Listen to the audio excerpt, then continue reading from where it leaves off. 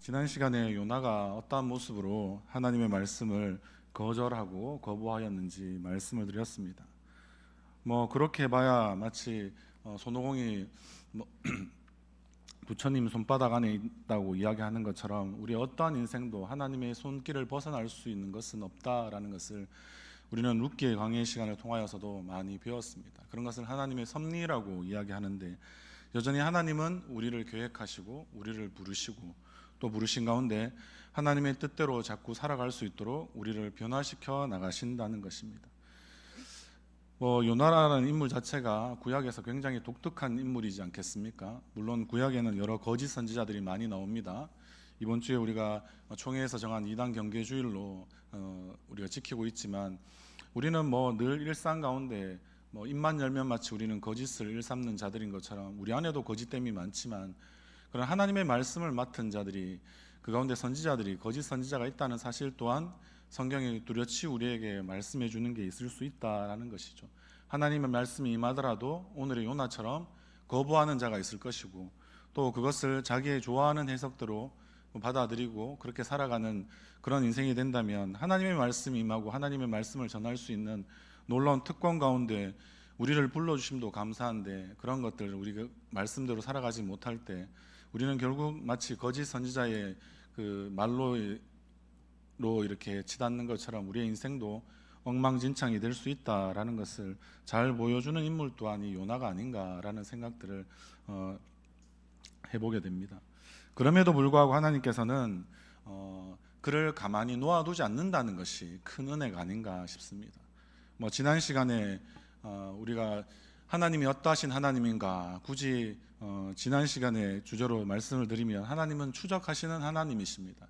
그의 인생 가운데 잘 될 때도 하나님께서 그와 늘 동행하시지만, 특별히 하나님보다 자기가 한 걸음 더 앞서 나가려고 하는 인생들이 있을 때,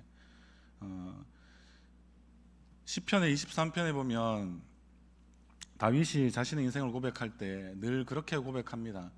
하나님이 여전히 나를 어떠한 순간에도, 삶의 어떠한 상황에도 나와 함께 하고 계신다라는 것을 고백하기도 하지만, 하나님이 자신을 계속해서 따라오고 있다라는 의미로 시편 23편의 내용들을 고백하는 부분들이 있습니다. 우리가 그런 것들을 생각해 보면, 다윗이 늘 하나님의 마음에 합한 인생으로만 한 번도 올곧지 못하게 살아간 적이 없는 그런 사람은 아니었기 때문에, 우리는 또 다윗의 이 고백이 그냥만은 들리지 않습니다.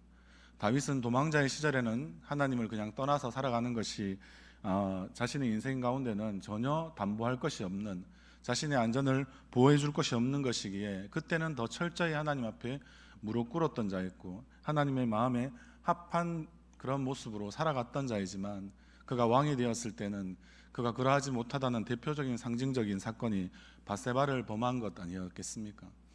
이 바세바를 범하였을 때도 그는 왕이 되어서 하나님보다 조금 더 앞서 나가려고 하는 그런 마음들이 있었을 때, 하나님께서는 그를 여전히 따라가고 계시고 추적하고 계셨다라는 것이 다윗에게는 은혜다라는 것입니다.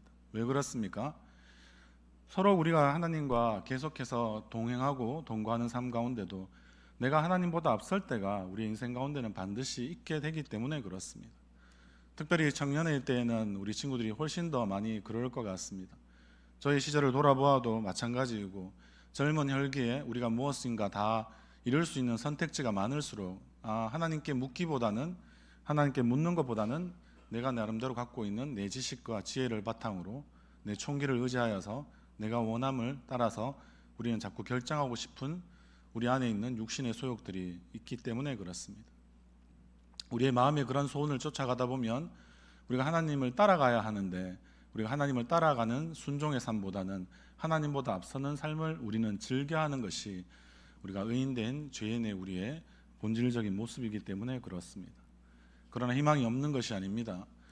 하나님은 다윗도 가만히 버려두지 아니하시고, 하나님의 말씀이 임해서 하나님의 말씀대로 하지 않는 인생이 되는 요나와 같은 삶에도 하나님은 적극적으로 지금도 개입하고 계시기 때문에 그렇습니다.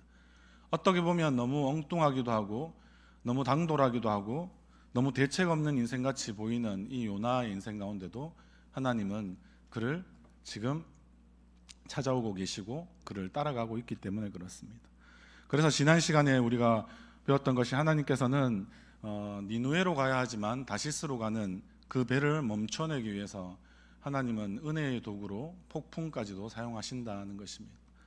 하나님은 온 세상을 만드신 분이다라는 사실을 우리는 이 한 인생을 멈추기 위해서 그 폭풍을 사용하신다는 것 자체가 너무나 놀랍지 않습니까?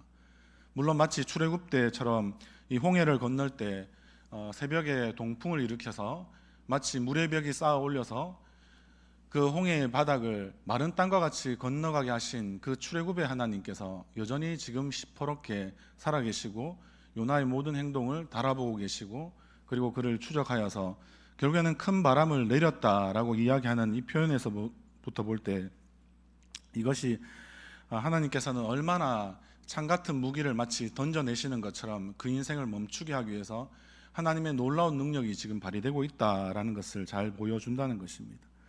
이런 폭풍이 결국에는 요나를 추격하고 있었던 것이고 그런 모든 것들이 우리의 인생 가운데도 일어날 수 있는 일이다라는 것입니다. 오늘 우리는 너무나 실로 이 구약에서 있는 모든 사건들은 마치 우리가 그림체처럼 느껴집니다. 너무나 아름다운 하나의 그림도 되기도 하지만 때로는 오늘 같은 그림은 실로 무섭고 두렵고 마치 하나님의 얼굴을 마치 피하고 싶은 인생 가운데는 더할 수 없는 마치 심판이 내리는 것 같은 그런 모습들로 지금 보여지고 있지만 그러나 여전히 하나님께서는 그것을 통하여서도 한 인생을 돌이키고 그 한 인생을 돌이킴을 통하여서 하나님은 또 놀라운 계획들을 다 이루어 가시는 그런 하나님의 모습이 이 가운데 분명히 보이기 때문에 그렇습니다. 여러분들 우리가 죄를 지을 때는 한 번씩 이 말씀을 떠올리면 좋겠습니다. 우리의 모든 죄 가운데는 후폭풍이 있습니다. 한번 고백해 볼까요? 서로 보시고 한번 해보시면 좋겠습니다. 우리의 모든 죄에는 후폭풍이 있습니다. 자신에게도 질문하시면서 질문 하나 더 해볼까요? 감당하시겠습니까?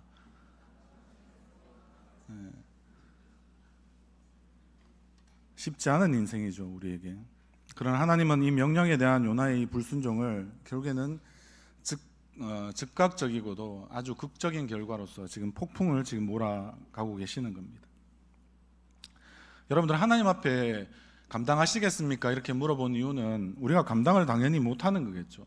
여러분들 하나님 앞에 여러분들이 죄를 숨길 수가 있습니까? 근데 지금 요나는 숨길 수 있다는 생각과 착각에 빠져서 깊은 잠에 배 밑에까지 들어가서 자고 있었다는 사실이 또한 놀랍기도 합니다.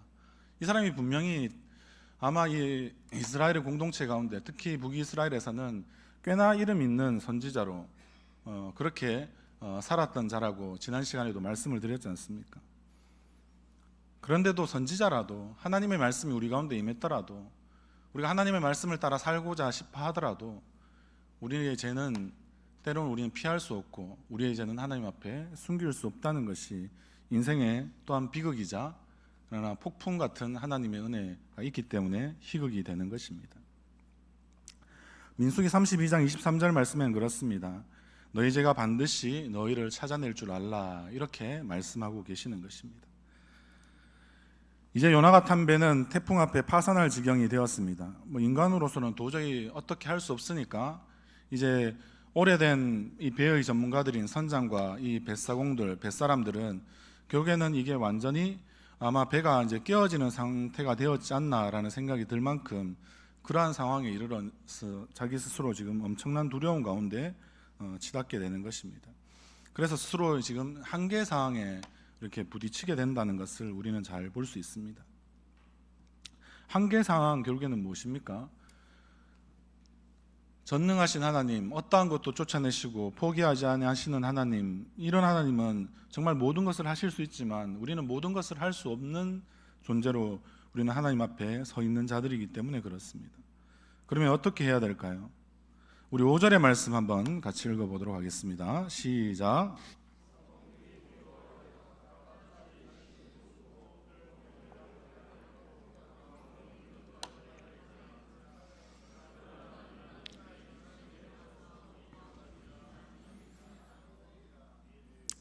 한계상을 맞이하면 사람들 중에는 나는 무신론자도 있고 자신을 믿어라고 이야기하고 자신의 주먹을 믿으라고 이야기하는 그런 사람들이 우리는 간혹 전도할 때마다 만나는 사람들이긴 합니다. 그런데 이런 극심한 공경 앞에서, 한계 상황 앞에서는 무신론자가 있지는 거의 않은 것 같습니다. 뭐라도 찾으러 가봅니다. 다시 한 해 운세를 위해서 점집에 찾아가기도 하고, 뭐 선거철이 되면 점집이 뭐 얼마나 복채가 많이 쌓이는지 뭐 그렇다고 이야기하면서, 권력자들도 결국에는 자신의 한 치 앞을 내다볼 수 없는 그런 모든 상황들 가운데 무언가는 자꾸 붙들려고 하고 매달리려고 하는 것이 우리의 인생이기 때문에 그렇습니다. 그래서 오늘도 보면 그들은 결국에는 뭐 각자의 신에게 기도하고 배를 가볍게 하기 위해서 여러 짐을 이제 버리는 뭐 이런 일들을 결국에는 계속해서 하고 있습니다. 그러나 그런 모든 상황들이 소용이 없다라는 것입니다. 우리의 인생 가운데도 폭풍 가운데 분명히 하나님께서 말씀하시는 것이 있을 것입니다. 우리는 그러한 장면들을 욥기 38장에서 하나님 앞에 선 욥의 모습을 통하여서 우리는 잘 기억하고 있습니다. 우리는 때로는 폭풍이라는 그 두려운 어떤 사건이나 그런 어떤 어려움 앞에서만 그것만 바라보고 그 안에 아니고 그것을 움직여내시는 우리가 하나님을 바라보지 못한다면 우리는 하나님의 소리가 폭풍 소리보다 훨씬 더 큰데 우리는 여전히 듣지 못하는 그런 인생을 살아갈 수밖에 없습니다. 그래서 우리 스스로는 늘 우리의 삶에 어떠한 공경이나 어려움이나 고난이나 폭풍 같은 현실이 우리 가운데 불어닥칠 때에도 우리는 그 순간을 늘 기억하고, 이 가운데 하나님께서 무언가 하시고 싶어 하시는 말씀이 있구나. 내가 하나님의 그런 세미한 음성이라도 폭풍보다는 어떤 의미에서는 더 클 때도 있지만 더 작게만 느껴지는 그런 하나님의 미세하고 세미한 음성이라도 내가 귀 기울여 들어봐야지라고 생각하며 우리의 인생을 살아갈 수 있는 그런 우리 모든 청년들, 우리의 성도님들 되시기를 주님의 이름으로 소원합니다. 근데 이러한 모든 상황들이 참 재미있는 것이요, 우리 6절의 말씀도 한번 같이 읽어볼까요? 시작. 선장이 그에게 가서 이르되 자는 자여 어찌함이냐, 일어나 내 하나님께 구하라.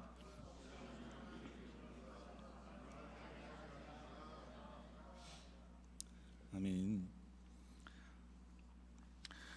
참 재미있는 것은 여러분들, 결국에는 어떤 이야기를 지금 하고 있냐면 믿지 않는 사람이지 않습니까? 선장은. 근데 이 믿지 않는 비신자인 사람이 결국에는 신자라고 이야기할 수 있는 그러한 지금 요나에게 이야기하는 내용들입니다. 뭐라고 이야기합니까? 자는 자여 어찌함이냐, 정신을 차려야 이 말이죠. 결국에는 죽음이 임박한 상황에서 잠이 오는 것 자체가 이해가 되지 않는다라는 말이죠. 그러나 더 뭐 이야기합니까? 일어나 내 하나님께 구하라 라고 이야기하고 있습니다. 이 무슨 말입니까? 결국에는 마치 세상이 우리의 교회를 향하여서 이렇게 이야기하는 것과 똑같은 상황이 될 수 있다는 것입니다. 이 요나 개인에게만 지금 이야기하는 것이 아니라 요나를 포함한 하나님을 믿는 모든 사람들에게 결국에는 어떤 의미에서는 비신자, 믿지 않는 자들이 오히려 더 하나님을 신뢰하는 듯한 모습들을 보일 때가 있습니다. 뭐 그래도 우리가 믿고 있다면, 그리고 여러분들이 믿지 않는 친구들이라도 여러분들 주위에 아니면 또 사회생활 하면서 사람들을 만나면 그 사람들이 오히려 더 자기들이 가장 갈급하고 힘들고 어려운 상황에서는 오히려 더 우리에게 기도를 부탁할 때도 있는 경우를 간혹 보기도 하기 때문에 그렇습니다. 그 말은 결국에는 무엇을 이야기하는 것입니까? 하나님께 오늘 선장처럼 우리에게 구하라라고 요나에게 요구하는 것과 같은 모습들을 보인다는 거죠. 세상에 마치 교회를 어떤 의미에서는 우리가 기도하지 않으니까 좀 제발 깨어서 결국은 이 세상이 하나님의 질서 가운데 바르게 살아갈 수 있도록 오히려 더 구해달라라고 이야기하지 않습니까? 이것은 마치 로마서에서 이야기하는 그런 모습들을 너무나 보이지 않습니까? 죄 아래 살아가는 인생들은 우리만 죄인으로 살아가는 것이 아니라 우리의 또한 다스림을 받고 있는, 인간의 지배를 당하고 있는 모든 피조 세계도 결국에는 그 안에서 끊임없이 하나님의, 그리고 하나님의 아들이 나타나는 것을 바라고 고대하며 살아간다라고 이야기하지 않습니까? 그것이 전혀 로마서의 이야기가 없는 내용들이 아니라 구약에 지금 마치 폭풍을 맞이한 선장과 뱃사공들이, 이 선원들이 어떻게 살아갈 수 없으니까, 죽게 되었으니까 오히려 더 이 지금 잠들어 있는, 그러나 하나님을 안다라고 이야기하고 하나님을 경외한다고 하고 하나님을 믿는다고 이야기하는 그러한 사람들에게 지금 자신의 인생의 지금 문제들을 우리가 함께 해결해야 되지 않느냐, 당신도 당신의 신을 찾아라 라고 오히려 더 이야기하고 우리의 기도하지 아니함을 안타까워하고 어떤 의미에서는 꾸짖고 있다라는 사실입니다. 요즘의 시대가 딱 그런 시기 아니겠습니까? 교회가 좀 영적으로 나태하거나 게으르거나 그런 상황에 있다 보면 결국에는 세상은 여전히 혼돈스러운 가운데 계속해서 있습니다. 원래도 혼돈스러웠지만 그러나 더 무질서한 상황 가운데 마치 빠지는 것처럼 요즘에 우리나라만 봐도 얼마나 무정부한 상태이고 무질서한 상태인지는 여러분들이 스스로 다 잘 알지 않습니까?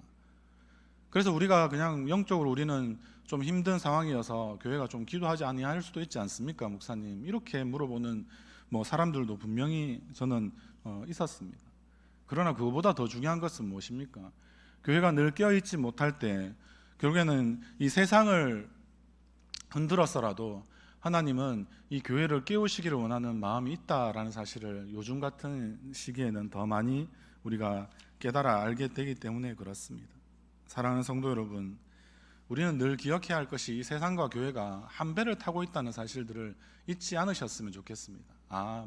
세상은 저 멸망할 것들, 썩어질 것들, 더러운 것들 이렇게 해서 우리가 단순히 세상을 이분법적으로 교회와 다르다라고 걷는 것은 그건 정말 이단이나 하는 생각들이고 이단적인 신앙들만 가능한 이야기입니다. 하나님은 온 세상을 지으셨습니다. 아멘이십니까? 그럼 온 세상을 움직여 나가시는 하나님의 손이 있겠습니까? 없겠습니까? 당연히 있을 수밖에 없습니다. 하나님은 무책임한 분이 아니십니다. 자신의 자녀들을 버리시는 분이 아니시라는 거죠. 요나도 하나님의 자녀이기 때문에 지금 버림받지 않고 있기 때문에 그는 어떤 의미에서는 이런 모든 어려운 상황 가운데 그는 자꾸 몰아가지고 있는 것입니다. 그런 하나님께서 이 온 세상을 만드시고 온 세상 가운데 하나님의 말씀을 특별히 어떠한 사람들, 아마 지금 오늘 이 요나의 시대에서는 요나와 그리고 하나님을 말씀을 맡은 자들에게 그런 것을 지금 부탁하고 계신 거죠. 그러나 그 말씀을 우리가 자꾸 소홀히 여기거나 우리는 또 그 맡은 자로서의 책임들을 우리가 하지 않을 때 세상은 결코 조용히 그냥 아무 일도 없었다 그 후에는 이렇게 되지 않는다는 거죠. 반드시 어떤 일들이 생기고 사건이나 사고가 일어나게 되어 있습니다. 그때 우리는 그런 것들을 보고 어떻게 생각해야 할까요? 정말 우리가 어떻게 하나님의 말씀대로 살아야 될지를 우리에게 다시 한번 하나님께서 큰 울림 가운데 말씀해 주시는구나 이렇게 생각해야 되지 않겠습니까? 존 스토트라는 목사님이 있는데 아주 유명한 격언 하나 하셨습니다. 한 손에는 늘 성경을 잡고 있고 한 손에는 시문을 놓지 말라라는 이야기를 했었습니다.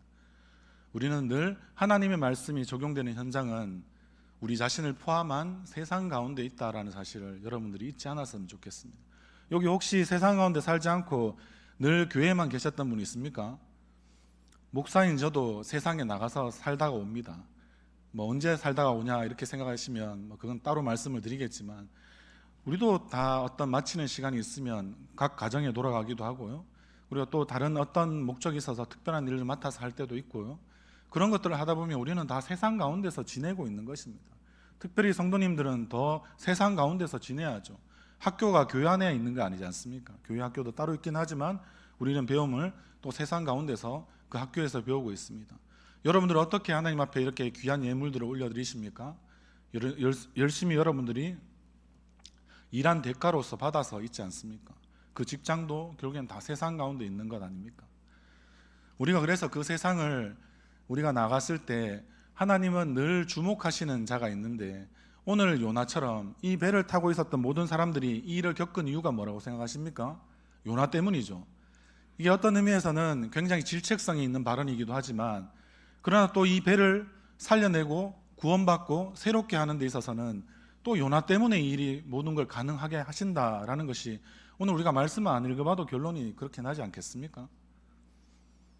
하나님은 그렇게 해서 항상 믿는 사람들을 통하여서 그 세상 가운데 하나님의 뜻을 이루고 싶어 하신다는 거죠. 세상 모르는 사람들, 하나님을 모르고 하나님 말씀도 그렇게 그는 들은 적이 없고 임한 적이 없고 읽은 적도 없는 그런 사람들이 어떻게 그들이 그냥 자연 만물에 있는 하나님이 그냥 흐릿하게 지으셨구나 하는 그런 생각들, 우리가 그걸 일반 계시라고 말씀을 드리지만 그러나 그런 것으로만 어떻게 합니까? 우리는 하나님의 말씀을 맡아도 하나님의 뜻대로 살아가기가 힘든 인생이라는 걸 우리 스스로가 잘 알고 있는데 그래서 항상 하나님은 여러분들을 주목하여 보십니다. 그리고 특별히 여러분들 한 사람 한 사람을 더 주목하여 보고 계십니다. 아닐 거야. 나는 피할 수 있을 거야. 하나님의 얼굴을 피할 수 있을 거야 생각하지만 웬만하면 여러분들이 빨리 깨닫는 것이 지혜로운 자임을 믿습니다. 그래서 여러분들이 하나님이 나를 학교이든 직장이든 가정이든 또 다른 삶의 세상 가운데 어떤 한 자리에 우리를 보내실 때 하나님이 나를 통해서 이 공동체를 바꾸어 나가고 싶어 하시는구나 라는 생각들을 여러분들이 한시도 잊지 않았으면 좋겠습니다. 여러분들이 요나를 우습게 보지 마시고요, 요나를 통하여서도 하나님은 그가 순종할 때든 불순종할 때든 상관없이 하나님의 손에 붙잡힌 자로서 그는 살아가게 된다는 것이고, 그러나 그것을 통하여서 그의 인생이 다시 한 번 더 얼마나 하나님의 손길이 빚어지는지를 우리는 앞으로도 더 많이 살펴볼 수 있게 되기 때문에 그렇습니다. 그래서 우리는 늘 기억합니다. 예수님께서 말씀하실 때 우리는 세상의 빛과 소금이 되어야 한다고 말이죠. 여러분들이 얼마나 세상의 어두운 곳에서 여러분들은 빛이 되도록 살아보셨습니까? 그리고 그들이 얼마나 썩어지고 부패한 그런 곳에서 여러분들은 하나님의 말씀대로 살아서 그곳에서 소금과 같은 존재로 그렇게 여러분들이 살아가 보셨습니까? 오늘 우리는 그것에 대해서 하나님께서 묻고 있다는 것을 잊지 않았으면 좋겠습니다. 여러분들이 자꾸 요나를 오해하실 것 같아서 조금 더 심층적으로 한 단계 더 들어가서 왜 우리는 빛과 소금으로 살지 못하는지에 대하여서 오늘 우리 7절에서 우리 10절까지의 말씀 한번 읽어보면서 그 말씀 내용에 대해서 좀 더 세밀하게 살펴보고자 합니다. 우리 7절에서 10절까지의 말씀 같이 읽도록 하겠습니다. 그들이 서로 이르되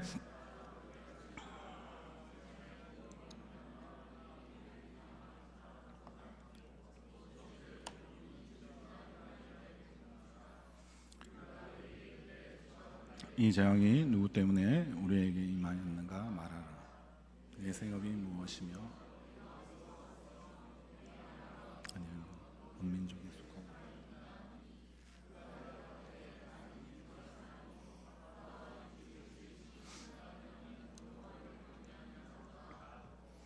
자기가 여호와의 얼굴을 피함인 줄을 그들에게 말하였으므로 무리가 알고 심히 두려워하여 이르되 내가 어찌하여 그렇게 행하였느냐 하느니라. 아멘. 여러분들 오늘 이 말씀들을 보면 어떻습니까? 결국에는 이 선장이 요나에게 지금 이야기하는 이런 내용들은 마치 지금 우리에게 서로 묻습니다. 7절 말씀에 보면 우리가 제비를 뽑아 이 재앙이 누구로 말미암아 우리에게 임하였는지 알아보자 하는데, 결국에는 그 8절 말씀에서 이렇게 이야기합니다. 생업이 무엇이냐라고 지금 물어보고 어디서 왔느냐, 나라가 어디고 민족이 어디에 속하였느냐라고 지금 묻습니다. 이거 결국에는 물어보는 내용의 세 가지입니다. 세 가지 내용은 딱 무엇입니까? 당신이 하는 일은 무엇이냐, 목적이 무엇이냐라고 묻는 거죠. 일명 우리가 많이 쓰는 사명이라고 물어볼 수 있습니다. 그리고 어디에서 오느냐, 어느 나라 사람이냐라는 말은 결국에는 그의 어떻게 보면 출신 성분이라고 할 수 있는 장소를 물어보는 것이죠. 그리고 어떤 백성의 지금 일원이 되느냐라고 물어보는 것이야말로 그의 민족에 대한 이야기입니다. 결국엔 당신은 누구인가라고 묻는 정체성을 지금 이야기하는 것입니다. 앞에서도 말씀드린 대로 우리는 가정이나 학교나 또는 직장에서 우리는 좀 다른 모습들을 마치 보여주고 있지만, 그러나 우리가 그런 것들 자체가 하나의 또 우리의 정체성이 될 수도 있습니다. 우리가 어디에서 오느냐라고 물었을 때 이런 질문들은 우리가 편안하게 느낄 수 있는 어떠한 장소나 공간, 우리의 소속감을 말하는 것이 될 수도 있다는 것이죠. 우리의 사명이 무엇이냐라고 결국에는 묻는 것은 무엇이겠습니까? 결국엔 우리의 목적에 대해서 묻는 것인데 우리의 삶의 의미를 지금 다시 한 번 더 되짚어주고 있는 거죠. 우리는 어쨌든 이러한 민족이나 장소나 우리의 사명들에 대해서 우리가 제대로 답할 수 있다면 우리는 그것에서 우리의 정체성이 어떠함을, 그리고 우리의 인생의 의미가 어떠함을, 그리고 우리의 안정감은 어떠한 것인지를 우리는 그것을 통하여서 우리 스스로 받을 수 있다라는 것입니다. 그런데 이러한 질문들에 우리가 잘 답하다 보면 결국에는 우리는 무엇을 이야기할 수 있겠습니까? 결국에는 우리는 우리가 누구인지를 결국엔 대답할 수 있다면 우리 삶 가운데서 결국에는 우리가 무엇을 잘 의지하고 있는지, 좀 더 정확하게 직접적으로 이야기하면 우리가 무엇을 더 존중하고 사랑하고 있는지, 아니 한 단계 더 나아가서 물어본다면 우리는 무엇을 숭배하고 있는지, 우리 스스로가 이 정체성에 대한 질문에 답하면서 우리 자신들을 지금 시험해 볼 수 있다라는 것입니다. 하나님은 하나님과 재물을 겸하여 섬길 수 없다는 말씀들은 우리가 익히 들어서 잘 아는 말씀입니다. 여러분들 그럴 때 스스로 한번 생각해 보십시오. 물론 로마 시대로 치자면 우리가 메르쿠리우스라고 이야기하는 마치 이 무역을 담당하는 하나의 신이 있다고 그들은 이야기하기도 합니다. 또한 어떤 사람은 미를 담당하는 사람이 있다고 이야기해서 비너스가 그런 것을 모두 주관한다라고 생각하지 않습니까? 그러나 그것은 실상은 아니고 허상에 불과하기 때문에 우리가 그냥 그것을 하나의 웃고 넘기는 신화와 같은 이야기로 생각할 수도 있지만, 그러나 우리의 삶을 살아갈 때 여러분들 한번 생각해 보십시오. 늘 돈을 추구하는 사람들은 결국에는 그 돈을 어떻게 합니까? 숭배하게 되는 것이고요. 돈을 숭배하는 순간에 결국에는 그 사람의 정체성은 돈을 밝히는 사람이 되어버리는 것입니다. 우리가 아름다움을 추구하는 일이야말로 정말 좋고 괜찮은 일 아니겠습니까? 그러나 이 아름다움을 만들어내기 위해서 우리의 마음에 대한 어떤 아름다움을 만들어내기 전에 우리는 외적인 부분들을 더 많이 신경 쓰게 된다면 우리 스스로는 어떻게 됩니까? 결국 어떻게 해서라도 마치 우리가 얼굴을 뜯어고치고 또 다른 어떤 부분들을 뜯어고쳐서라도 우리는 이 미라는 것을 너무나 집착하게 되는 삶이 됩니다. 그러면 우리는 그런 사람들을 뭐라고 이야기합니까? 성형 중독자라고 이야기하지 않습니까? 결국에는 거기에 중독되어 버리거나 그것만 밝히고 살아가는 사람이 된다라는 것이죠. 그럼 그 사람의 정체성은 무엇입니까? 돈이 그 사람을 다스리는 거 아니에요. 그리고 이 아름다움에만 지배되는 사람은 아닙니다. 이렇게 이야기할 수도 있지만 여러분들 한번 생각해 보십시오. 결국엔 자신의 정체성이 돈이나 이 미적인 추구 말고는 다른 것으로 설명될 수 없는 것이 자신의 정체성이 되어버리기 때문에 그렇습니다. 제가 그것만이 전부다라고 말씀드리는 것은 아니지만 그것에 대해서 우리가 계속해서 밝히거나 그것만 집착하고 추구하고 하게 된다면 우리는 그러한 돈의 중독이나 우리는 성형이라고 이야기하는 어떤 미적 추구의 중독자들이 되어버리기 쉽게 되는 것이 우리 본성이라고 이야기하는 죄의 놀라운 어떤 지배력이다라는 것을 말씀드리고 있는 것입니다. 그렇게 생각하다 보면 어떻습니까? 결국에는 누구나 자기가 무엇을 의지하느냐에 따라서 결국엔 자신의 정체성이 결정되고야 만다라는 것을 지금 보여준다는 것입니다. 그러나 성경은 우리에게 다시 한 번 더 이야기합니다. 우리는 하나님의 형상을 따라 지음받은 존재라고 말이죠. 이 형상에 대해서 정확하게 이야기할 때 여러분들 혹시 옛날에 우리 영화 같은 데서 이렇게 많이 보면 유럽 쪽에서는 왕이나 귀족들이 자신의 인장을 이용해서 자신이 아주 중요한 정보가 담겨 있는 편지를 보낼 때 편지지를 넣고 난 다음에 편지 봉투에다가 그 촛농을 한 방울 이렇게 떨어뜨립니다. 그리고 그것에다가 자신이 갖고 있는 인장이라고 하죠. 그 반지를 들어서 반지에 찍혀 있는 그 무늬를 그 촛농 위에다가 이렇게 식었을 때 꾹 눌러 찍으면 그것이 이제 자신이 썼다라는 것을, 그리고 자신의 뜻이 담겨 있다라는 것을 이야기해 주는 중요한 것입니다. 그래서 이게 찍어진 이 촛농과 인장이 파쇄되거나 잘못되어지면 이것이 이제 결국에는 비밀이 탄로나거나 제대로 정보가 전해지지 않는 그런 것들이 될 수 있다라는 것입니다. 우리가 그런 것들을 본다면 하나님의 형상을 닮았다라고 이야기할 때는 우리는 하나님의 그러한 어떤 정확한 모습에 그 인이 찍혀 있는 인생이다라는 것입니다. 그게 정확하게 결국에는 일치합니다. 지금 우리가 덜 회복되어서 앞에 말씀드린 대로 우리는 곤란한 상황들을 많이 맞고 있지만 결국에는 이 형상이라는 것을 말할 때 반드시 원본이 반영되어 있어야 한다라는 것입니다. 이 원본이 없는 형상은 결국에는 없다라는 것을 우리는 잘 알아야 한답니다. 결국에 인간은 독립적이지 않다라는 것을 말하는 거죠. 지음받은 그런 우리는 존재라고 이야기하는 것이죠.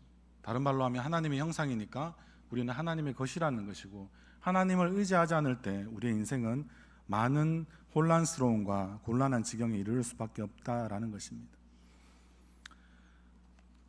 사랑하는 성도 여러분, 우리가 그런 생각들을 잘 할 수 있다면 우리는 결국에는 우리가 누구를 지금 믿고 따르고 있는가, 다른 말로 부정적으로 말씀드린 대로 나는 무엇을 더 많이 밝히고 무엇에 중독되어 있는가, 이런 것들을 정확히 자기 스스로 진단해 볼 수 있을 때 자신의 이러한 정체성들을 우리는 잘 이해할 수 있게 되고, 그리고 회복할 수 있는 길이 열리게 된다는 겁니다. 그러나 요나가 지금 자신의 정체성에 대해서 이야기할 때 우리는 좀 주목해서 보아야 하는데요, 9절의 말씀도 한 번 더 읽어보도록 하겠습니다. 시작. 그가 대답하되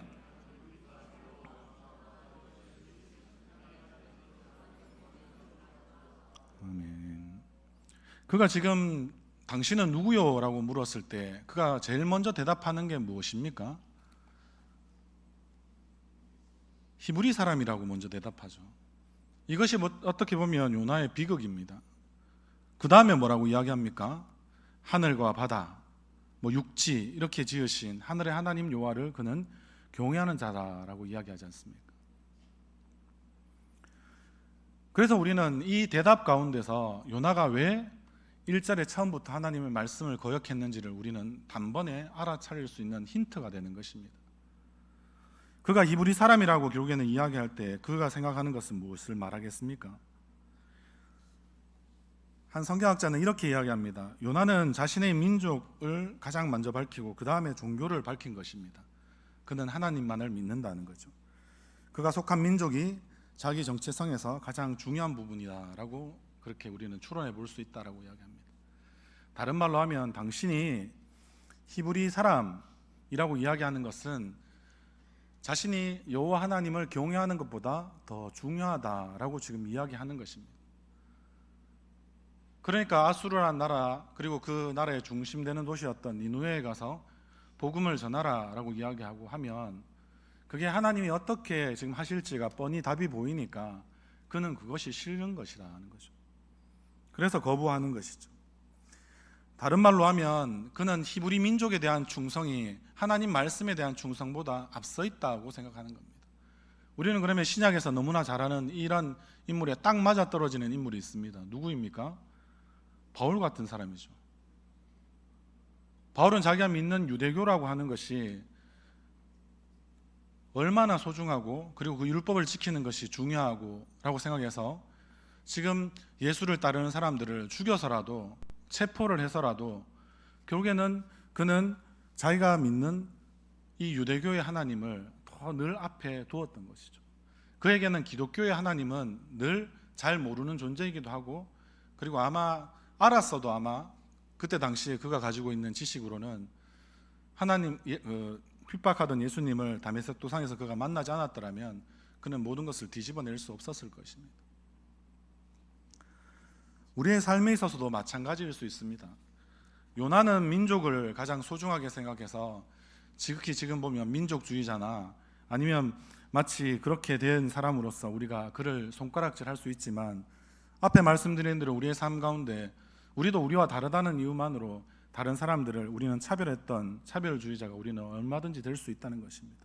앞에 물질에 대해서도 말씀드렸지만, 재물에 대해서도, 돈에 대해서도 말씀드렸지만, 우리는 늘 그렇게 살아가다 보면 우리 스스로는 물질이 먼저다라고 생각하면 하나님을 안 믿는 것은 아니지만 하나님보다 앞서서 내가 이 돈이나 물질을 쫓아가고 있다면 우리는 그냥 물질 만능주의자가 결국엔 되어버리고 마는 것입니다. 아까 성령 중독에 대해서도 말했지만, 또 일을 하는 것을 너무 좋아하시는 분들은 일하는 것이 하나님보다 앞설 수 있습니다. 그런 일들이 일어나지 않습니까? 연말 연시에 얼마나 바쁘고 힘드셨습니까? 우리 청년들도 또 학교 다니게 되거나 그렇게 되면 어떻습니까? 학교 다닐 때 또 학기가 시작되면은 실제 우리가 또 여러 가지로 하나님 앞에 드리는 시간보다는 우리 학업에 충실하다 보면 마치 이 학업이 하나의 일이 되어버려서 그런 일 중독에도 또한 빠질 수 있는 것이죠. 직장 생활은 하물며 더 말할 것이 무엇이겠습니까? 우리 스스로 늘 그렇게 생각한다는 것입니다. 마치 우리는 하나님도 섬기고 우리는 마치 재물도 섬기는 자처럼 생각하지만, 그러나 이 하나님과 재물을 똑같은 상황에서 놓게 되면, 아니면 하나님과 민족을 똑같은 상황에서 둔다고 생각하더라도 요나는 스스로 자신의 그 고백이 벌써 그것을 다 드러내는 것이죠. 우리가 그런 상황들을 잘 안다면 우리는 결국에는 무엇을 더 중요하게 생각하느냐를 늘 우리의 정체성을 가다듬어 볼 때, 당신은 누구입니까? 당신의 삶의 주인은 누구입니까? 라는 이러한 질문들에 우리가 적극적으로 대답할 수 있다면 우리의 삶이 바뀌어야 된다는 일들이 결국엔 일어나야 한다는 거죠. 그렇지 못하면 우리는 당연히 요나처럼 거듭되는 그런 잘못들을 반복할 수밖에 없는 것이 우리의 모습이다라는 것입니다. 사랑하는 성도 여러분, 우리는 또 신앙생활을 하다 보면 우리의 어떤 헌신이나 우리의 열정에 너무나 많은 비중을 두고 있을 때도 많이 있습니다. 그러다 보면 진짜 하나님을 우리는 놓치고 살아가는 경우들이 많이 일어나게 되는 것입니다. 그러면 하나님의 말씀이 임하더라도 하나님의 말씀대로 살아낼 능력이 우리 가운데는 존재하지 않는다는 것이 결국에는 요나가 보여주는 그러한 예라고 할 수 있습니다. 그래서 요나가 어떠한 상황까지 지금 이르렀는지 우리는 계속해서 보자면, 이 요나의 상황들을 볼 때 앗수르만 미워했다라고 이야기하기보다는 우리의 삶에 하나라도 더 적용해 보자면 어떻습니까? 결국엔 나 아닌 내가 생각할 때 중요치 않고 우선순위에서 밀리는 그 모든 것들은 결국엔 다 나와는 다르다라고 생각하는, 좀 이게 철학적인 용어이기도 하지만 요즘에 그런 경우들이 너무 많이 있으니까요. 그러니까 이웃을 우리가 사랑하지 못하는 이유는 결국엔 무엇입니까? 다 모든 것을 다른 사람처럼 만들어 버리는 것이죠. 내 가족이 아니니까, 내 이웃이 아니니까, 우리 교회 사람들이 아니니까 라고 생각하는 이런 것들을 좀 어려운 말로 타자화라고 이야기합니다. 제가 이전에 말씀드렸던 대로 타인은 지옥이 되는 그런 상황들을 우리는 우리의 삶에서 계속해서 반복적으로 만들어내게 된다는 것입니다. 그러면 우리는 어떻게 생각할까요? 결국에는 그 타자화된 어떠한 대상이 되었던, 만약에 그러한 사람이 있다면 그 사람에 대해서 우리는 어떻게 생각합니까? 이상하다고 생각하고, 그리고 그들이 갖고 있는 특성을 존중하기보다는 축소시켜버리고, 그리고 여러 가지 방식으로 어떻게든 배제하려고만 하지 절대 포용하지 않거든요. 그런 사람들이 우리 가운데 계속해서 일어날 때 어떻습니까? 저런 사람들은 마치 다문화 가정의 하나를 예를 들면, 그런 사람들은 우리와 함께 할 수 없어. 그 사람들의 자녀들이 다니는 학교는 우리 아이들을 보낼 수 없어. 이런 생각들을 우리가 많이 하기도 하지 않습니까? 그러면 그런 사람들은 다 그냥 다른 곳에, 내가 가는 곳에는 있지 못하도록 하게 하는 그러한 일들을 우리는 정책적으로 또 우리의 집단적으로 주장하기 시작하지 않습니까? 자신의 마당에서는 안 된다라고 이야기하는 마치 님비 현상이 그렇게 해서 다 일어나는 것 아니겠습니까? 그런 일들이 결국엔 일어나면 어떻게 되겠습니까? 결국에는 그런 것들을 통하여서 앞에 말씀드린 대로 타인이 있기 때문에 그 사람은 지옥이 되어버리는 거죠.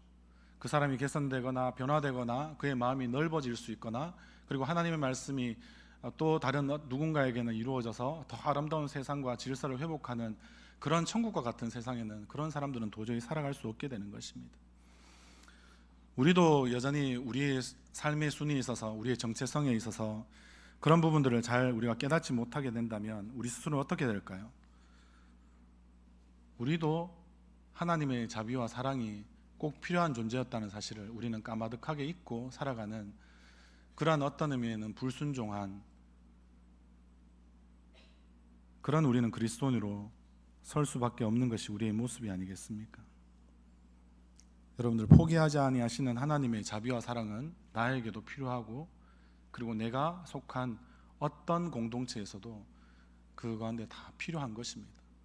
우리가 그것을 분명히 기억한다면 우리는 그런 하나님의 은혜와 능력 아래서만 우리의 정체성이 바로 변할 수 있다는 사실을 잊지 않으시기를 바랍니다. 그럴 때 우리 안에서 어떤 일이 일어나겠습니까? 우리를 이기심으로 똘똘 뭉친 그러한 괴물덩어리 자아라는 그런 모습으로 우리 자신을만 사랑하는 그런 존재가 되는 것이 아니라, 어떤 의미에서는 우리가 생각할 때, 우리가 바라볼 때 가장 중요한 것이 무엇이라고 생각하는 것, 그러한 방식으로 우리는 하나님을 늘 뒷순위로, 후보로 이렇게 밀어두었다면 우리 자신의 주인된 자리에서 우리는 내려놓게 되고, 그리고 우리의 자아라고 이야기하는 우상에서 우리는 벗어나게 될 수 있다는 것입니다. 그러면 우리는 결국 우리는 아무것도 없고 우리는 무너질 것 같지만 하나님께서는 다시 우리에게 말씀해 주십니다. 하나님을 사랑하고 우리 이웃을 자기 몸과 같이 사랑하는 그러한 방식처럼 하나님을 첫 번째로, 그리고 다른 사람들을 두 번째로, 그리고 자기 자신을 제일 마지막에 우리가 순위를 내려놓을 수 있다면 그것을 통하여서 우리 안에 있는 진정한 기쁨이 샘솟을 수 있다라는 것이죠.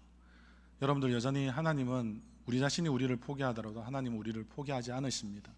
요나와 같은 인생도 하나님께서 개입하셔서 그를 어떻게든 멈추게 하고 돌이킬 수 있는 기회를 주신 것처럼 오늘의 말씀을 듣는 우리 모두에게는 똑같이 요나와 같은 모습이 있음을 우리는 부인할 수 없지만, 그러나 요나와 같은 인생 가운데도 하나님께서 돌이키셔서 하나님의 뜻을 이루어 가실 때, 그리고 그것을 통하여서 하나님은 그 인생을 기쁘게 받으시는 것처럼 우리의 인생 가운데도 우리가 하나님보다 앞서 세웠던 우리 자신, 그리고 우리 자신이 소중하게 생각했던 모든 것들을 내려놓을 수만 있다면 그것을 통하여서 우리는 다시 한 번 더 우리 안에 진정한 인생에 하나님이 주시는 기쁨을 누리며 살아갈 수 있게 됩니다.